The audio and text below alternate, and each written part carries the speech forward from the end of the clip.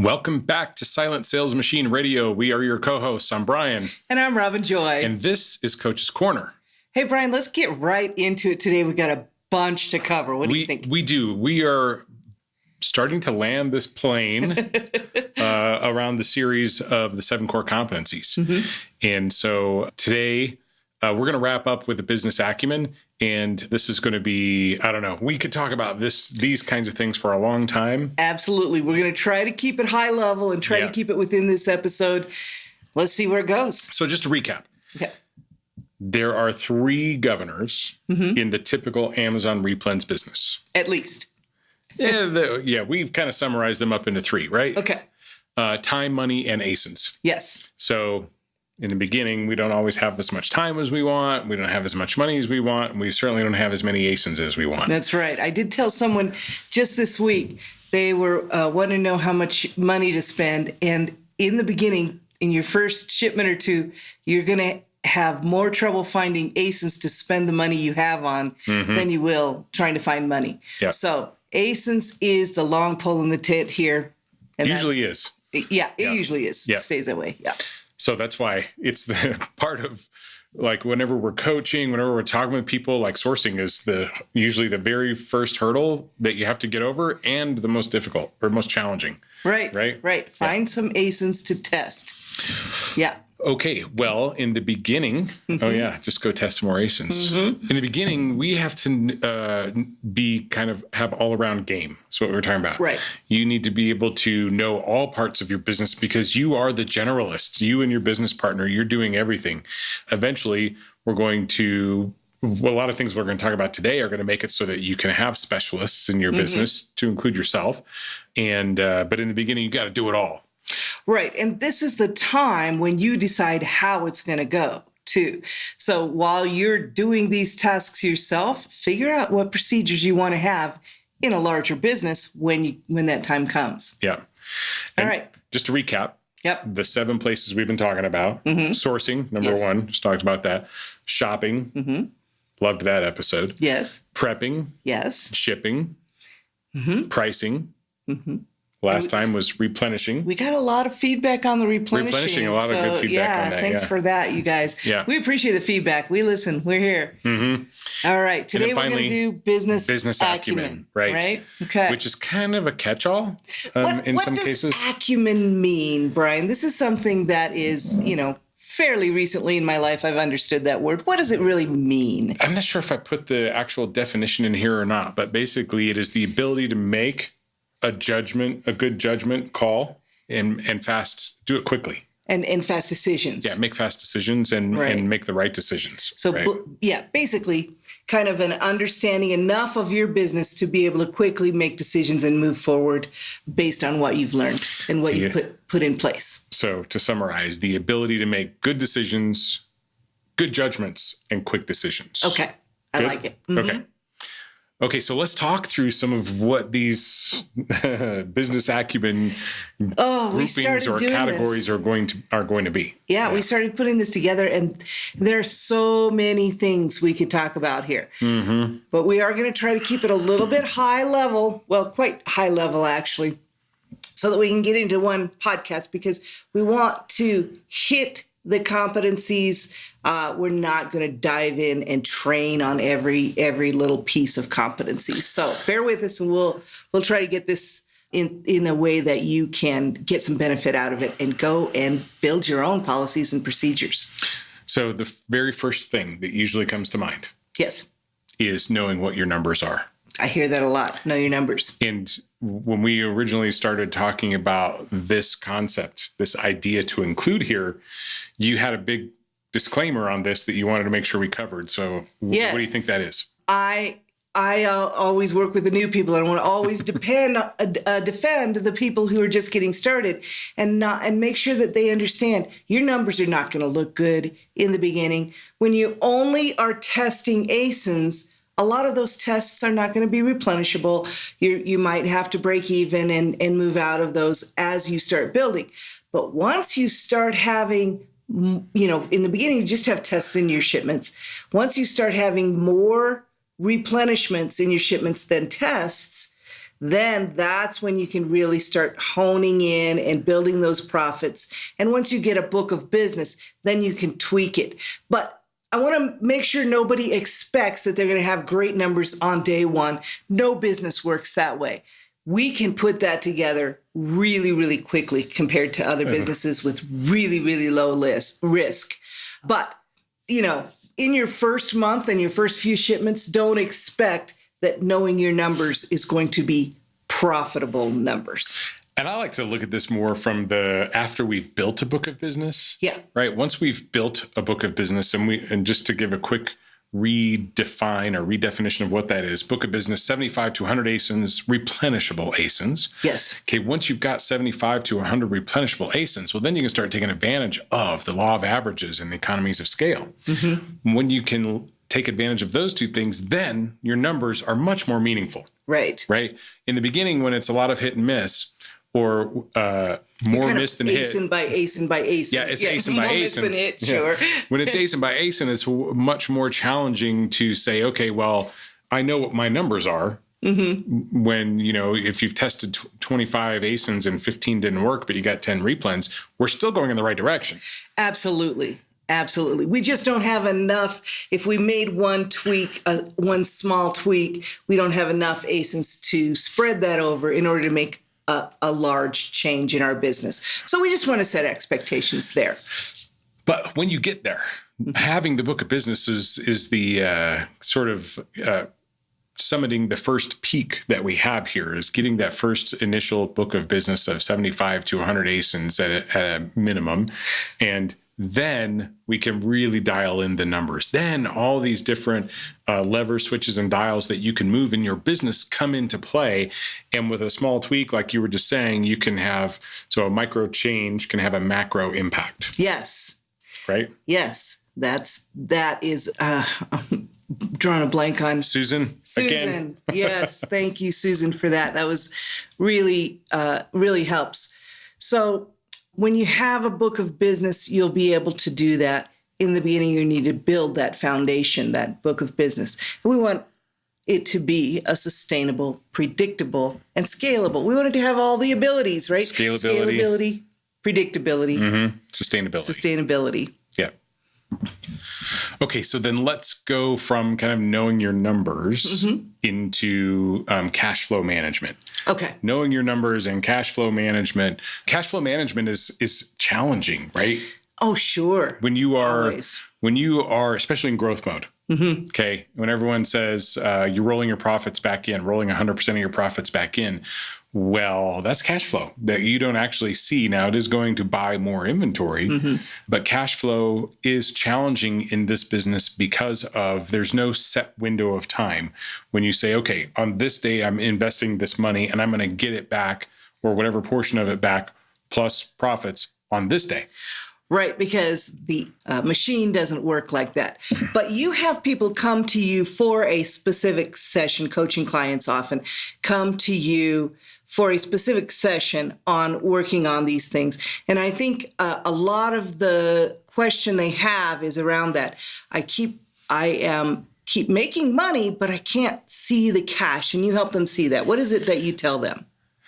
Oh, well, I mean, that's an hour-long session, so there's, more than a few details there. Sure. But typically what we're looking at is we're taking a sample of your last X amount of time of business, normal business, okay? Mm-hmm. Not the last month that was full of exceptions because you had to liquidate, because you sourced the wrong items, because it was whatever. Like, let's look at the last, 30 to 60 days of normal business, and let's analyze that so that we can figure out, what is your gross profit at an ASIN level, and where is your money?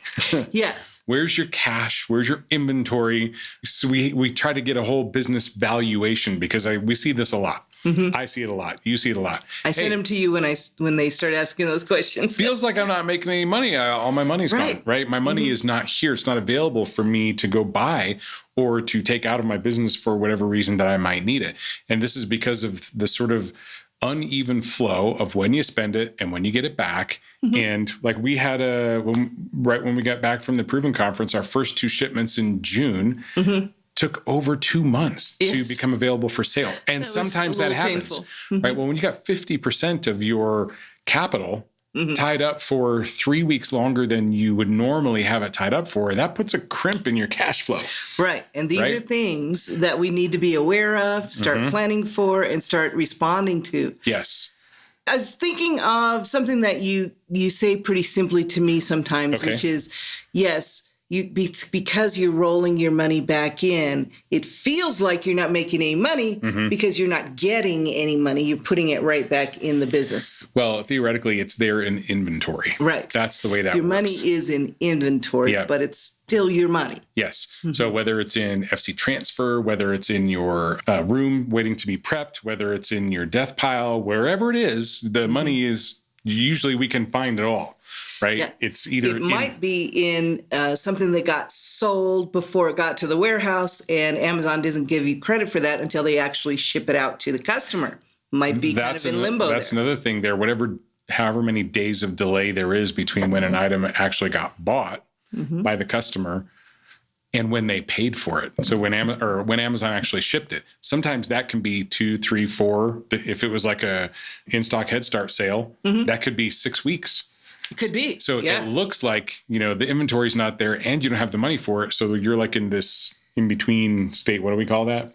Kind of a limbo state. You're in limbo. But if you can identify that, then you can account for that cash as well. Yes. Okay. We're getting a little deep. We got to keep it moving. We got a lot of things to hit here, Brian. No, but I think the cash flow management is important. I think it really a lot of people come in here and think, oh, this is going to be easy. I'll put in 100, I'll take out 150. I'll put in 200, I'll take out 300 or whatever it is, right? And in theory, that's the way it works. Right. In practice, there are other things that are messing that up.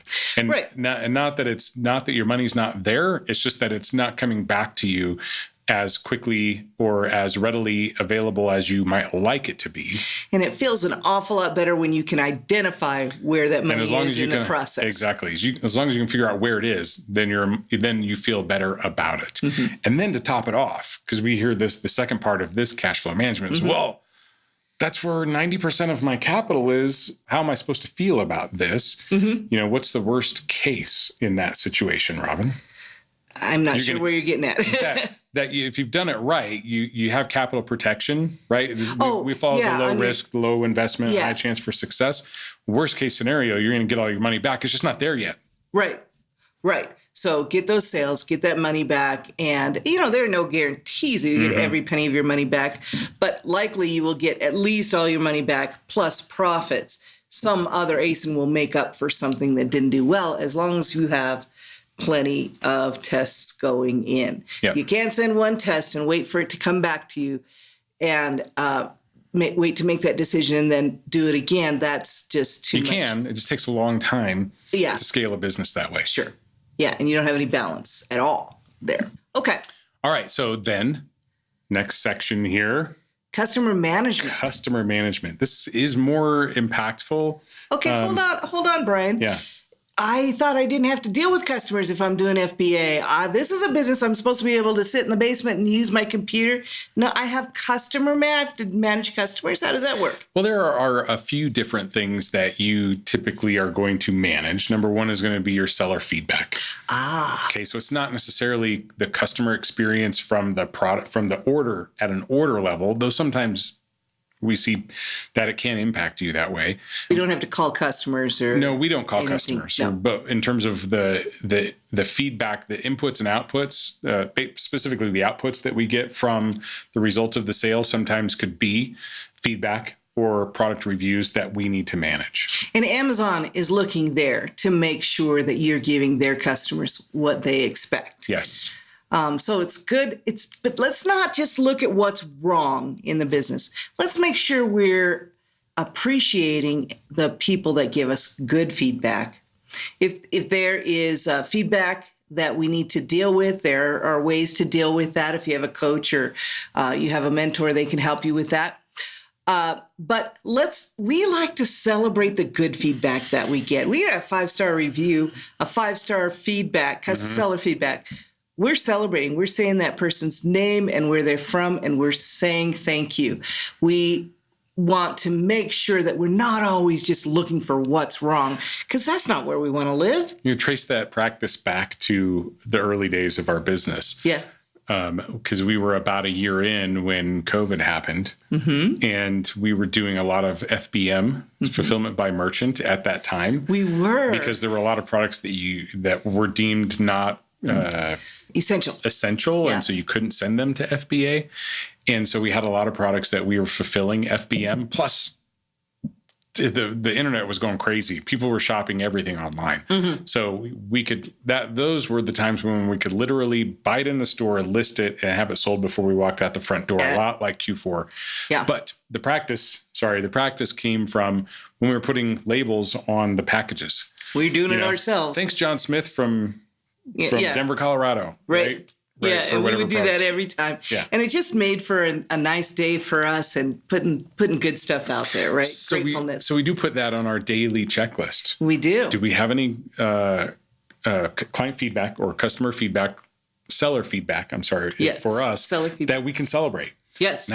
We try not to approach it from the, what do we got to take care of today from the customer? Right. Yeah, we try to do that. A couple other things I want to put into customer management, not to forget, is if there is any customer conversation, customer contact in, what's it called? I'm sorry. Oh, the buyer-seller messaging. In the buyer-seller messaging. That must be dealt with within 24 hours. So we check that every single day, and either it doesn't need a response because it was somebody's autoresponder, or it needs a response, and we deal with it right there. Another one is voice of the customer. Amazon does look at that. Technically, it doesn't affect your seller metrics, but Amazon does look at that, and we have had them deal with individual ASINs, individual listings, based on more than one customer feedback. So pay attention to the voice of the customer. I've always said that voice of the customer is your early warning system for product feedback. So like in the early days, we were selling hamster food, and we didn't realize there were multiple flavors of hamster food. And so we made the classic rookie mistake, and we sent in the wrong flavor on a listing. And more than one? Every single one of those items got returned. Amazon did eventually shut us down on that ASIN. Yeah, they said, you can't sell on this one anymore. You don't understand what you're doing here, right? And this goes to, there are reasons that Amazon limits what you can do in the beginning, because there are mistakes like that will happen and can happen. And it's not, Amazon's apparently identified categories and brands that it doesn't happen on as much as often.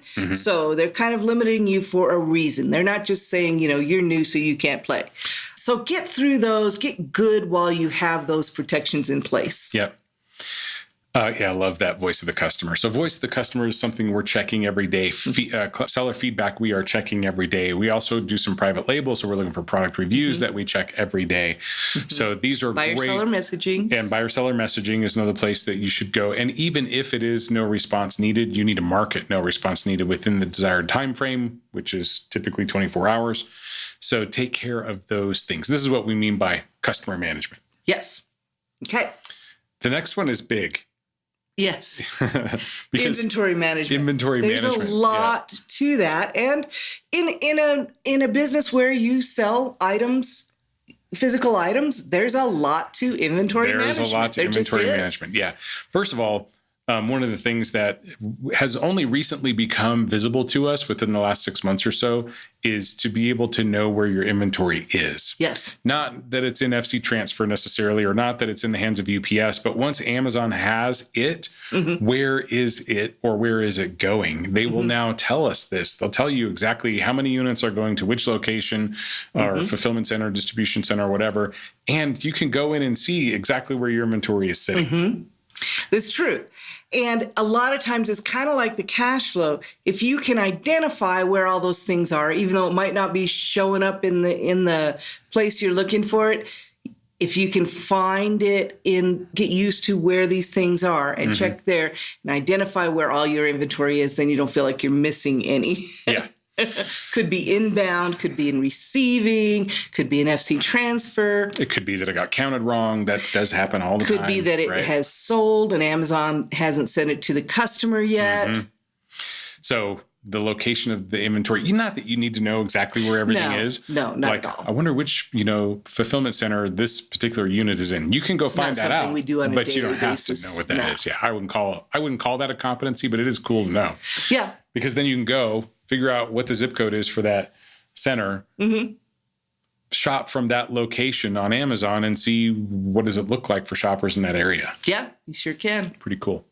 All right. Well, recalling of inventory is something that we do need to take care of, right? Amazon has an automated process set up that says whenever they find inventory that's expired or it's damaged or whatever. It's not sellable for some reason. It's unsellable. What do you want us to do with that? And then you can set up an automated response to that, which is have everything shipped to a particular address or have everything destroyed, or there are a number of options. After a certain amount of time, or you can manually manage a removal order Yeah. is what Amazon calls it. And you can do that on live inventory as well. You Absolutely. can do a removal order on anything that is your inventory. To include a multi-channel fulfillment order. Yes. That would not be a removal order. That would be another thing that you do to it. Yeah. But it does fall under inventory management. This is true. I'll allow it. Okay, good.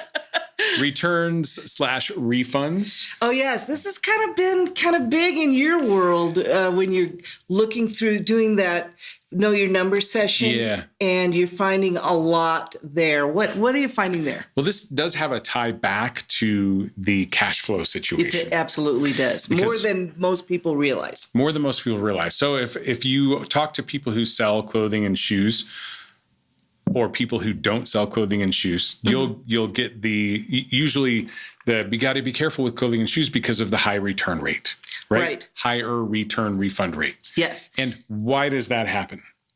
Well, it didn't fit. It's usually a size or a color issue, right? Yes. Like, oh, this isn't what I thought it was. Yeah. Or this doesn't really fit the way I thought it was, or it doesn't. Yeah. So I'm going to send it back. Right. So what happens when we send it back, when the customer sends it back, is that if it has not been damaged, then it goes back into your inventory and you theoretically resell that item. Yes. In fact, we had a Coach bag back when you could sell Coach that we sold like 5 times. Yes, we did. The same bag. And went out, finally, came back. after the 5th time and it came back, I was concerned that it had been replaced with inauthentic stuff. And so we recalled it and it was perfectly exactly the same bag that we sent in. But for whatever reason, the description of that listing didn't adequately, portray what that was. When people got it, then they were confused. And so now I have Coach bag. So now you have an awesome Coach bag. Yes. So this is something that, now I want to make clear, there are people who are getting profit enough in clothing and shoes to make up for that. But if you do not understand where the profit is eaten into, you may be thinking you should get profit. Well, I haven't gotten to the financial impact of that yet, which is where I wanted to go next with this. So Amazon handles all of that sort of refund, replace that's transaction with the customer, right? That's what you get when you're paying for FBA. Mm-hmm. So when you sell, let's just keep the numbers even. When you sell that $100 item and you're paying a referral fee and the FBA fee, well, Amazon is going to refund the referral fee portion of that to your account. Okay, which is the 15%. If it's returned. And the customer is refunded, Amazon gives you back the referral fee that you paid. Okay, exactly. All right, go ahead. And then they charge you a refund administration fee. Okay. Because they took care of that for you. Yes. Right, on top of the FBA fee. And I think there's another fee in there as well. It's very small percentage-wise. But then, to my knowledge, you do not get back the FBA fee component of this. So when you are considering selling clothing and shoes, and everyone says, well, I do it because there's such high margins, I think you have to also factor in to your cash flow and inventory management, how does it impact your business if you have a 15% return rate and 15% of those items you're not getting your FBA fee back on? Right. Right. So I think it's important if you're going to sell in those high return rate categories, which we don't bother with it, but we know people who do and make plenty of money doing it. I think it's important that you understand this is a separate testing process. You're going to have to figure out what your return rate is, and that's going to take several sales to kind of figure out what your return rate is, how many you need to sell to overcome that. And, there's some more numbers included there when you're doing categories that have high return rates. Yes. Okay. Shipments, inventory management, and managing your shipments is an important part of this business acumen. Okay. When you send something in, you need to be able to track that shipment from beginning to end and know if it got hung up, if it's lost, know when you can reconcile a shipment, know when you can ask Amazon to research it, basically. Also know that when you ask for things like that, like if you sent in 20 and they said they only got 18, and so you're opening up a case to get reimbursed for those 2 lost items, you're going to have all your documentation together in terms of receipt, invoice, whatever, for Amazon to give you that refund or credit back to your account. That's right. And there's something that I hear about a lot is that they only have 18 and I sent 20, but the shipment's still open and it hasn't been completely received yet. These things do have a way of working themselves out by the time the shipment is closed and you're able to do that. So just hang on. They're either going to ship it somewhere else and not receive it there, or they're going to figure out where it is, because they're matching up all the time. They have systems in place and trying to find out, did we make a mistake? They're not perfect, though. No, they're and not. Let's take a little rabbit trail from this here. Oh, dear. Just for a couple of minutes. Yeah, totally off script, right? A lot of times we will spend what seems like a lot of time and effort to get reimbursed for those 2 items. Yes. Okay. I know where you're going to go with this. And what happens with that is X amount of time later, could be 2 days, 2 weeks, 2 months, whatever, Amazon finds those items. Not invariably, but most of the time. Very high percentage of the time, Amazon will find those items, and then they're going to take back whatever they gave you as a refund. And then they're going to come. They want their money back. It's called the compensation clawback. And the compensation clawback then makes me feel like, oh, I spent all this time and effort investigating this. And, because let's face it, it's not easy to interact with Amazon for these types of transactions. And they make you jump through all kinds of hoops in order to get the refund. And so you've spent time, money, and effort. Well, I don't know about money, but time is money, right? And to get this done. And possibly if you're using a service or something. Okay, well, that's a whole different conversation. But then you get reimbursed, and then Amazon comes and takes it back X amount of time later, and you're like, oh, I spent all this time to do it, and really they would have found it anyway. Yep. I remember one shipment that we had. It was. I still have the folder out there saved from all this documentation. I spent a week putting all this stuff together because they lost like 4 boxes, and so we put everything together that we needed to, submitted it. Finally, after however many submissions, they were like, okay, fine. We'll go ahead and reimburse your account for these things, which they did. And then like 2 months later, all of a sudden we started selling some items that were in that shipment. And I was like, what is going on with this? Lo and behold, they found it. They came and clawed back all that stuff that they had previously credited us for, and then we sold almost all those items. Unfortunately, there were some expirable items in there that we had to go then fight to get reimbursed on those things. But overall, sometimes I question the level of effort that we put into that. Yeah, and since we've got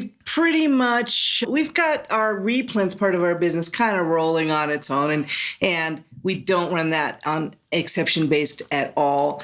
So we kind of look at those things as like you would, as a cost of doing business. A few things might get lost and we might not get back, but the effort that we save by not chasing every single thing down. Now, if it were 4 boxes, we might still put some effort into it. That was a chunk. It was early days too. Yeah, this is why you want to build that foundation that's strong, and you have a basement that you don't go past.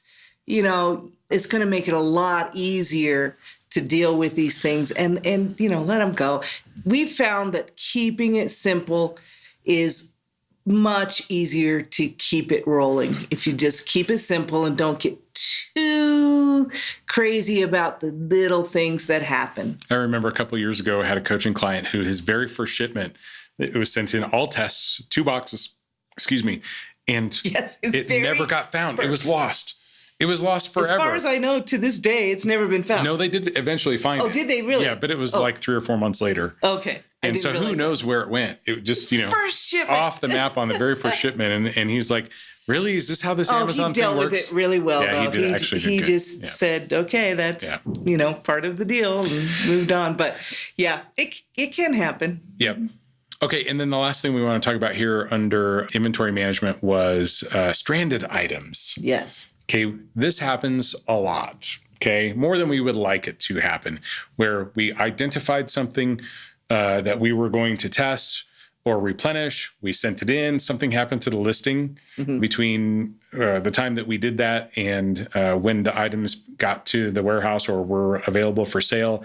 And they show up in stranded items, stranded inventory.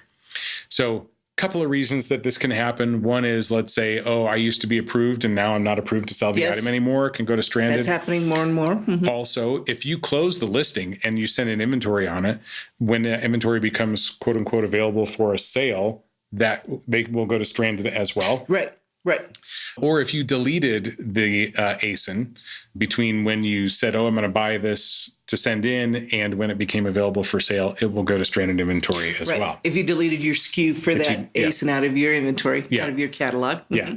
So I say this happens more and more. I think that's a temporary thing, but there have been in spurts a couple of things that they've been closing up. For us, it's been mostly things that we haven't sold in a long time, or we never have sold. We were approved before, and now they're just saying, you're going to have to reapply because you haven't sold anything in this brand or category. So. The other reason that you'll see stranded inventory is for those, let's say you did send in the shipment and some items turned up lost, and it's been 3 or 4 months and you have decided you're not going to sell that thing anymore. And all of a sudden it gets found. Yeah. Hey, we found this item for you of your inventory. And you're like, oh, look at that.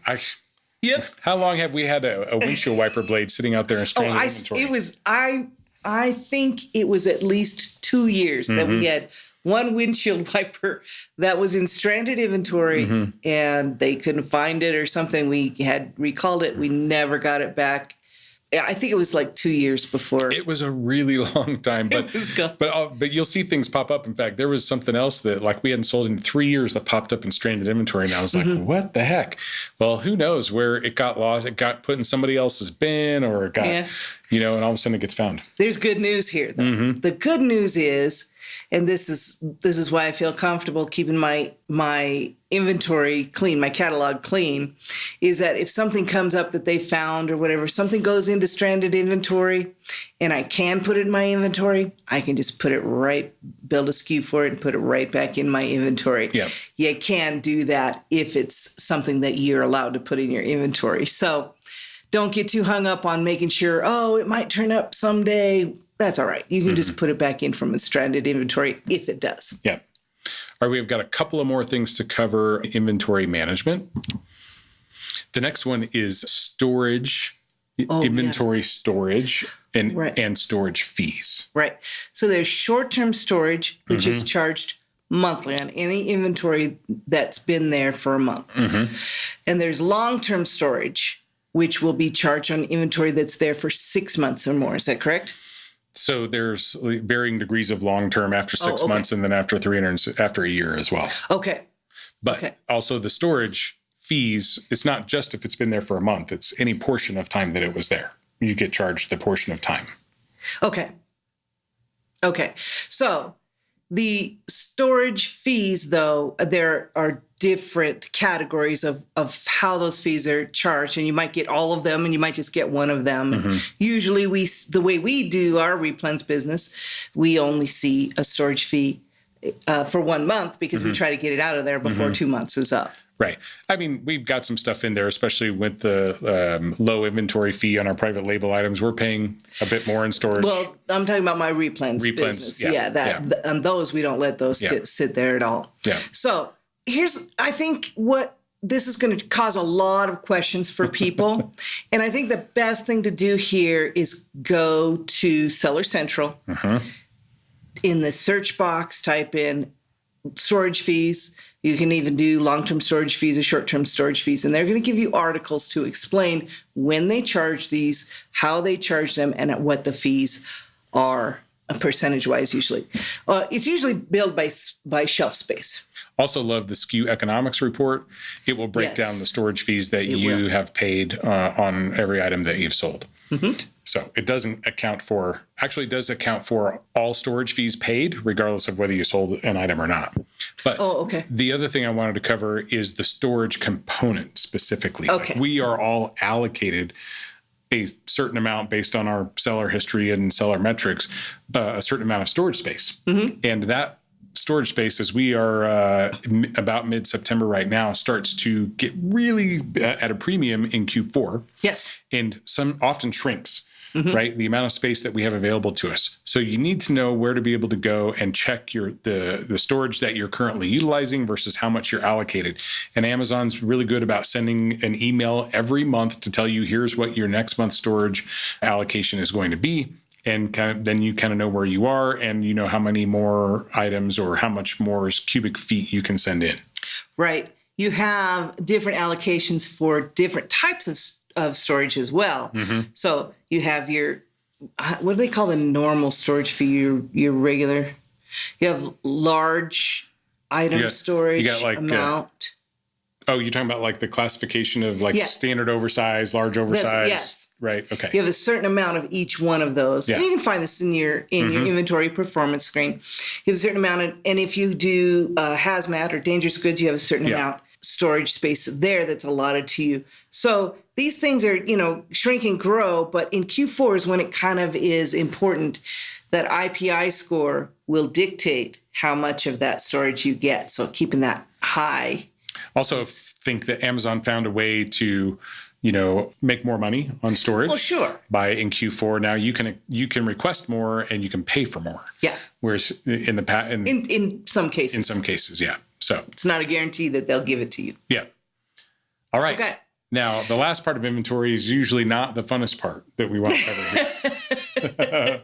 Although Chris B makes it fun. Leah Maudlin makes it fun. Yeah. This is the inventory that is in your death pile or your closet of shame. Yes. Right. Okay. How do you manage that? I think we should call it our opportunity pile. I think I heard someone say that, and I like that way better than the closet of shame. Yes. Yeah. But it is funny. Yeah. Chris Beam used that in our last workshop when she was speaking. And I laughed. I thought that was hilarious. So anyway, what do you do with these things? We've talked before about exit strategies. And so there are usually multiple exit strategies that you can use to help relieve yourself of the death pile or the closet of shame or the opportunity pile. And these exit strategies, we're not going to cover them in detail here, but these can be other platforms, personal use, donations, whatever. Right. And you can go scroll back to Coach's Corner episodes and find the episode on that. So, great. So now let's jump into time management. Oh, this is a tough one, especially when you're getting going and you really only have one thing you can spend your time on. It's hard to kind of get those plates spinning in the first place. It seems to be easier to keep them spinning once you get them, but to get all those plates spinning of, the sourcing, shopping, shipping, prepping, and all those things you have to do every week. So time management and scheduling that time is important. Yeah, because you only have so much time. Right. And that time sometimes fluctuates depending on what's going on. It's one of the governors, right? In life. Yes, it is one of the governors. So you've got to manage that time effectively. And just to steal something like similar from a commercial that we've heard at some point, what gets scheduled gets done. Yes. Okay. And what gets missed gets rescheduled. Yes. And you have a great way of saying this with the coaching clients that you work with. Yeah. I say figure out what you need to get done. Figure out how many hours you have to do it. Give each hour a job do that job during that hour. And if something comes up that doesn't allow you to do that job during that hour, reschedule it. Because if you don't reschedule it, this is where I see people kind of fall down, is that, oh, it didn't happen, I'll have to find a time in between. Now find your time right then, reschedule it, make sure it gets done.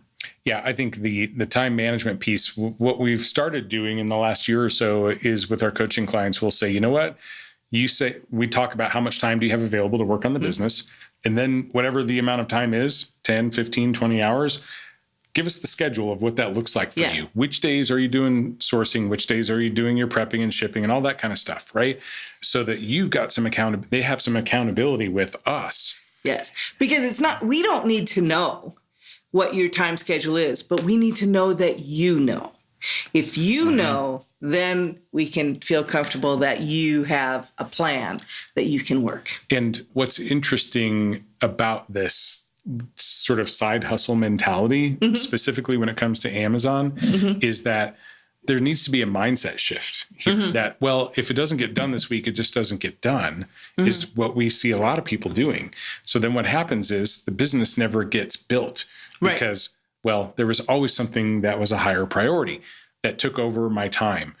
And who knows what those things are, but in their lives, it was a higher priority. Sure. And there are higher priorities. Sure. But until you make your Amazon business as high a priority as your day job, then it's never going to get done. Right. It never gets done. It has to. So what gets scheduled gets done. What gets missed gets rescheduled. I like it. Yeah? Yeah. All right. Let me just say here for a second, Robin, that I'm really a lot more passionate around getting this done right now as a business owner, as someone who's looking to establish that freedom in their lives. I don't think it's ever been more important to get that kind of stuff done now. Like, we got to get it done. Now's the time. If not now, when? Well, we hear that a lot. Yeah. But we're out, like, there's a real challenge for our freedoms in terms of what we are able to do with our lives, both commercially, entrepreneurially, personally, and we want to be in control of that. Yeah. Like, I want to be the person steering my boat. Right. I don't want to be subject to anyone else's steering policies. Which brings us to establishing policies and procedures. Next, we want to talk about establishing your policies and procedures. Yes. Like something else I can get really passionate about. Because until you have these things down, you're the only person, or you and your partner are the only people who can have any impact on your business. It's true. In the beginning, it feels like everything's a decision every time you touch it, but you've got to get past that if you ever want anyone else to help you with those tasks. I would say an exception-based business you're not able to outsource an exception-based business. If you have to touch it every time anyway. It's not scalable. It's not scalable. Right. It's not sustainable. It's not sustainable. We do see this a lot with. It doesn't have the abilities. with some people who are like, well, I'll just summarize, like they make a different decision every time, and then they're the ones who are always on the clock. They're the bottleneck of getting anything done, right? And then they burn out. Yeah. Well, the business didn't work for me. Establishing policies and procedures is going to allow you to. This is part of the foundation, like a very strong foundation. Right. This is when you do it, while you're building your foundation, while it's small, while you can deal with it and figure out what those should be. And I like to extend that to not just outsourcing services, but tools as well. Buying tools will help you find efficiencies, but I never like anyone to let a tool dictate to them what their procedures and policies are. That was a tool that someone created for their, whatever they can use. And I want to use that, apply that to the policies and procedures that I have already made, as opposed to saying, oh, well, this tool works that way, so let's change our policy and procedures. We need to have our own because they're not responsible for our business. We are. And you might say, okay, fine, this works well enough. We're going to change our business to work that way. But Same thing with tools, subscriptions, and whatever. Like, I don't want them to dictate the way that we work our business. Same thing applies to VAs, consultants who work in our business. Absolutely. They don't dictate to us what they're doing or how they're doing it. We dictate to them exactly how they're doing it, how we want it done.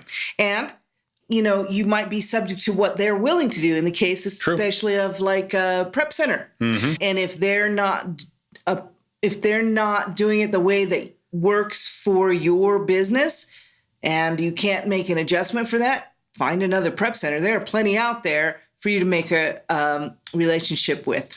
Yep, agreed. Now, one of the things we talked about fairly recently was you're responsible for all parts of your business.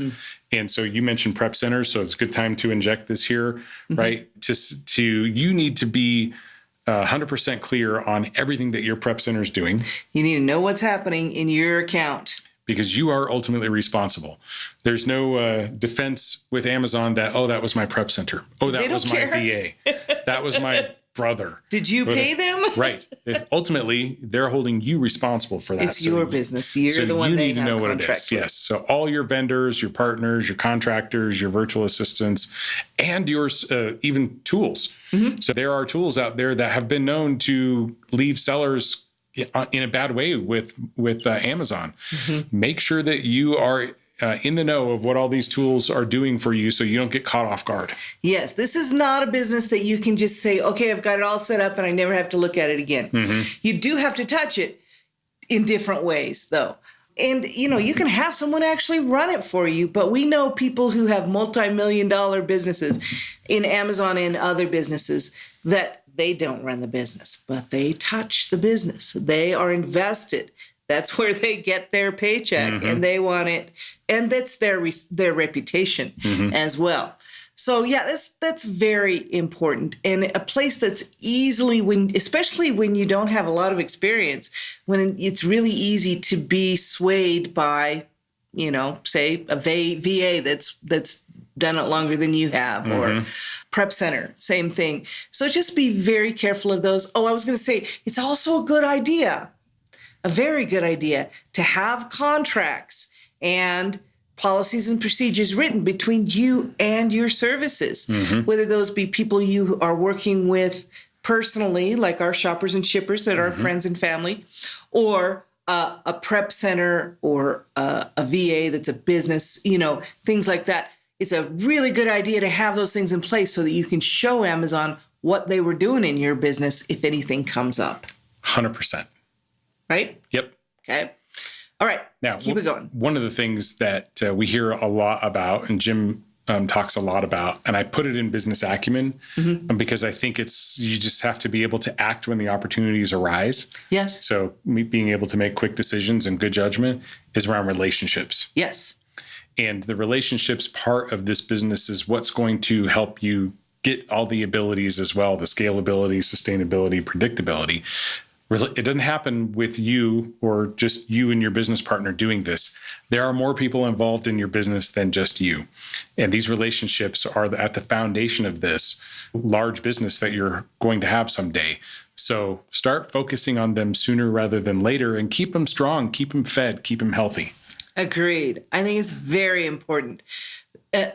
As little as we're going to talk about it today, don't take that as a little bit of importance. This is one of the most important things that you're going to have in your business is the relationships with your vendors, with your services, with your tools, with your where do you buy your inventory from? There are all kinds of different relationships that you'll have in this business. Yep. Okay. Very important. Okay. Another business acumen point here is establishing some KPIs or key performance indicators for your business so that you can evaluate them on the regular. Okay, so tell us what's a KPI and how do we use that? So a key performance indicator is usually something that is a number or a gauge or something like that. And measurement? It's a measurement. Used for measuring. Yep. To help you determine how things are going, whether they're going in the right direction, whether they're going status quo, or whether they're going backwards. A very important KPI, if we go all the way back to the beginning here, in the Know Your Numbers is, what's your gross profit percentage, or what's your gross profit dollars, right? And then what are your overhead costs as a percentage of your revenue or as a percentage of your costs? You can develop all kinds of KPIs. You can go KPI crazy. Right. But then that kind of defeats the purpose of a KPI, because you're looking at key performance indicators to see a larger set of your business, right? The KPI that we use on the regular, that I use every day, is my gross and net profit numbers that I get from Seller Board. Okay. Okay. Seller Board makes that pretty easy. Key performance indicator. What was my net profit yesterday? That's a key performance indicator. And I kind of know what my trend is on that. So then I know, was I above or below the trend? And do I understand why? Was it a slow day? Did I not have any inventory? Did I plan for that? Maybe that was in the plan. Yeah. Right. Very possible. So those KPIs could also include like days between shipments. They could include spend. So your capital spend. What percentage of your capital spend did you achieve? Right. You need to be able to establish what those are for your business, so that when you do eventually outsource the majority of your role, you can get a KPI sheet from your business manager every morning that says, here's what it looked like yesterday or last week or last month, last quarter, last year. And then you can decide, okay, this looks a little different. Tell me what happened there. Or we're all good to go. Let's have another day. Yep. All right. Okay, so we've covered a lot of ground here. We really have, and taken a lot of time to do it. Thank you for your patience. Some of these topics have been or might be whole podcasts in their own. Absolutely. Right? Yeah. So we're going to revisit some of these things for sure. We needed to keep it fairly high level, but let's try and boil this down to the actual competencies at this point. All right. Okay. For business acumen. For business acumen. Number 1, cash flow management. Know where your cash is, where it's coming from for the next inventory, where your bills are going to be paid. Know where your cash is sitting. Yep. Okay. Inventory. Number 2, inventory management. That had a lot to it. It did have a lot to it, but it was mostly, well, I don't know that anyone's any more important than the next. It all ties together. Inventory management as a whole is a competency that you need to have to run a successful business. That's right. Cash flow management is a competency you need to have to run a successful business. Absolutely. And time management is a competency that you need to have in order to run a successful business. We hear this all the time in the corporate world, like, oh, I have so many meetings, I don't have time to get my work done, right? And this is what happens a lot of times when you're not a doer anymore. You're a leader or you're a manager. Your time is not always your own, and so then you have to go to all the meetings and attend all the stuff. And then when that's done, you have to go back and actually do your regular job. Same thing for us in this business, right? We have to do all the things that happen, our day job, our family life, all that stuff. And then when all that's done, we have to go back and do the Amazon business too. Right. And I think it reminds me of the fact that, we would like to just buy an item and sell an item. That's what the business is about, right? However, it reminds me of when I used to work in the lawyer's office. You know what I'm going to say? I've said this a lot. I had lawyers who would have, I was their IT director, and they would call me because they just had some issue with their computers, software or something, and they would get frustrated because they have to deal with, paying people, paying bills. They have to deal with getting new business. And they would often say, when do I just get to practice law? and it makes me realize that any business is like that. They all are, right? Yeah. When do I just get to source? When do I just get to be a sourcer? Right. When do I just get to be Me too. If I could just be a sourcer all day, every day, I'll be happy. Well, it's part of needing to have the all-around game. You got to do it all, and you have to be the specialist and the generalist in the early days of your business. All right. So next is policies and procedures creation. Get good at doing that. Get good at identifying when this should be a written policy or a written procedure. If you don't have policies and procedures documented, you're not competent. That's a core component of business acumen that you are not competent in. And you're not going to be that effective. What we're trying to do is build out this nice, well-rounded business where you are hitting on all cylinders. Certainly, I've said this before, like this series is not comprehensive of everything. It's pretty good. We're trying to cover it as much as we can. At a high level. Mm-hmm. At a high level, right. But policies and procedures, it applies to every business. Absolutely. And the last one. KPI creation and evaluation. You can't create it and let it sit there. You've got to evaluate on a regular basis. And if it's not meaningful to you, then scrap it and make a new KPI. Yes. Right? This is something that is difficult for people to get in their heads, I think, too, that I have found as a superpower in my life when I realized I have the power to take something that's not working and change it. You have the power to change it, but don't just make an exception, and every time make an exception. If you're making enough exceptions, you need to make a change in your policies and procedures. KPIs will tell you if that's going to if that needs to happen. But you can change it. Just because you decide today this is what you're going to do doesn't mean you're going to like that or it's going to work for you when you get, a year down the line. Well, one of the advantages of being a small business owner is that you can turn on a dime. That KPI is not working for you, throw it out, make one that does work. That's right. However, the flip side of that coin is one of the disadvantages is that you can change on a dime and then you start changing things all the time. Mm-hmm. And if you change things too frequently, then you don't have a baseline to work from. And you lose the abilities. And then you lose the abilities, right? All right. Okay, just real quick, let me just recap these 5 competencies, okay? Cash flow management, inventory management, time management, policy and procedure creation, and KPI creation and evaluation. Mm-hmm. I like it. That's a pretty good list, I think. That's a good list, and that's a big, and we've taken some time, but this is a big part of all of the competencies that we've dealt with in this series. Well, that wraps up the 7, what we originally started out calling the 7 core competencies. Right. I think as we've gotten through the 7 pillars, there are multiple core competencies in each one. Yes. And thanks to Jim for putting all of these episodes together in a series on the YouTube page. So you can go watch the 7 core competencies right from Silent Jim. Yeah, we're having fun doing it. We're getting some good feedback. Keep sending your feedback. Let us know what you want to hear about. You got a quote for us today, Brian? I do. And this quote actually applies very closely to a point we had early on in this topic. Okay. The quote comes to us from Matt Gray, and it is, "You cannot truly delegate a task until it's out of your head and onto paper." This is the documenting your policies and procedures, right? And your KPIs. Yeah. So if you want the abilities, the scalability, predictability, sustainability, then get it out of your head and onto paper so that you can give it to someone else. Yeah. You want somebody else to start doing those tasks eventually, right? Because what you have to do is go find some more ASINs. Go find some more ASINs. Are you ready to go find some more ASINs? Let's go find some more ASINs. All right, let's go find some more ASINs. Thanks, everybody. Thanks. Talk to you soon.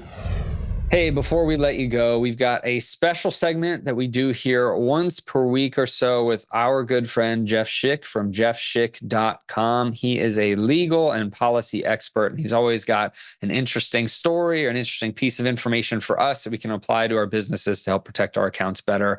Jeff, what do you got for us today?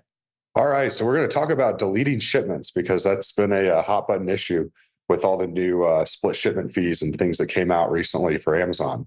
So one of the Jim Cochran coaches reached out to me and he asked, have we seen any issues for Amazon sellers with deleting shipments and for violating the shipping policy?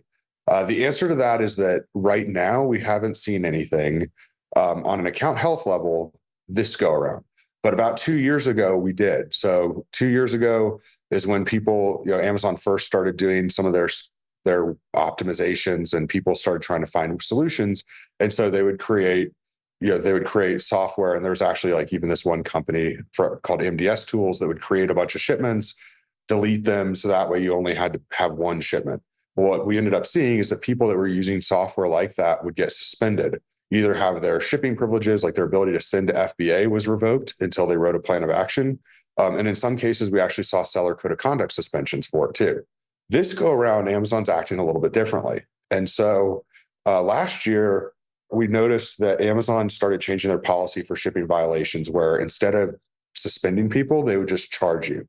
And so, like, for instance, people were selling these gigantic swimming pools and shipping them via UPS. And then if they were over a certain weight, UPS would come back and assess, I want to say like a $200 or $300 penalty for being an overweight, like unsafe weight shipment for UPS ground. And because over a certain weight, you're supposed to ship at UPS freight.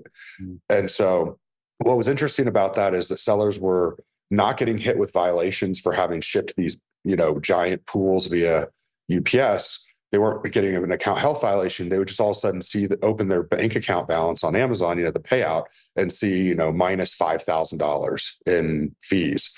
One person had minus $19,000 in overweight shipping fees.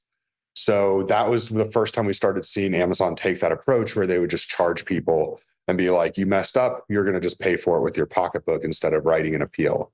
So now what we're seeing with these deleted shipments is Amazon's doing the same thing. They're just going in and they're charging people a non-compliance fee for not complying with the shipping policy, and then sending out a warning saying that they could suspend you in the future for doing it. So that's what we're seeing right now, but we haven't seen any actual suspensions this go around. We're just seeing people get hit with fees. Oh, wow. Probably are worse than suspensions because the fees can be really expensive. Yeah, it's true. And one thing to make sure of, if you're somebody that doesn't even do your own shipments and you're like, oh, this doesn't apply to me, well, realize your prep center may be using a software like this. So definitely be double checking what your prep center is using. I'm not sure if you've seen that come through, Jeff, on some of your accounts or what.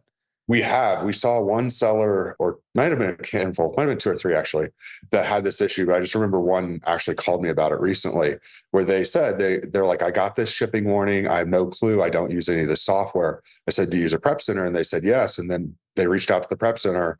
Turned out that prep center was using that software. And that's why they got hit with all those non-compliance fees and the warning saying that they could get suspended for a code of conduct violation if it continued. So ultimately, sellers have to remember that they are responsible for anyone logged into their seller account. You're responsible as the owner of the business for knowing what your agents are doing. So it's so that you do need to know, like, if they're connecting software, you should vet the software to make sure that it's compliant with Amazon terms of service. Yeah, absolutely. Now, if somebody did see this come through on their account through their prep center, or even themselves using the software, is it something where those violations will drop off eventually, or how does that work? Maybe they fix it after the first issue. What happens then? So far, what we've seen this go around is it's like they hit you with the fees. So it could be a couple $100 penalty. For really high volume sellers, it's a couple $1,000 surcharges. And then if they get hit with that email saying, if this continues, like, that's not requiring it's not an appeal showing on the dashboard, like a violation, but it's just a warning email. We haven't seen anyone get escalated beyond the warning plus the fees. Those have done a pretty good job of stopping the behavior because people don't want to get hit with fees, and they don't want, once they're warned that they're going to be suspended, they're changing behavior before it happens. Yeah, absolutely. Okay. Well, I think the lesson on all of this is make sure that you know what companies you're working with are using, what the software is, and also be sure to follow Amazon's policies, obviously, Right. each and every time that you can. So, Jeff, thank you so much for being on this week. If anybody's interested in reaching out to Jeff, the links will be in the show notes at jeffschick.com. And Jeff, we'll see you next week. Sounds good. Thank you. Thank you.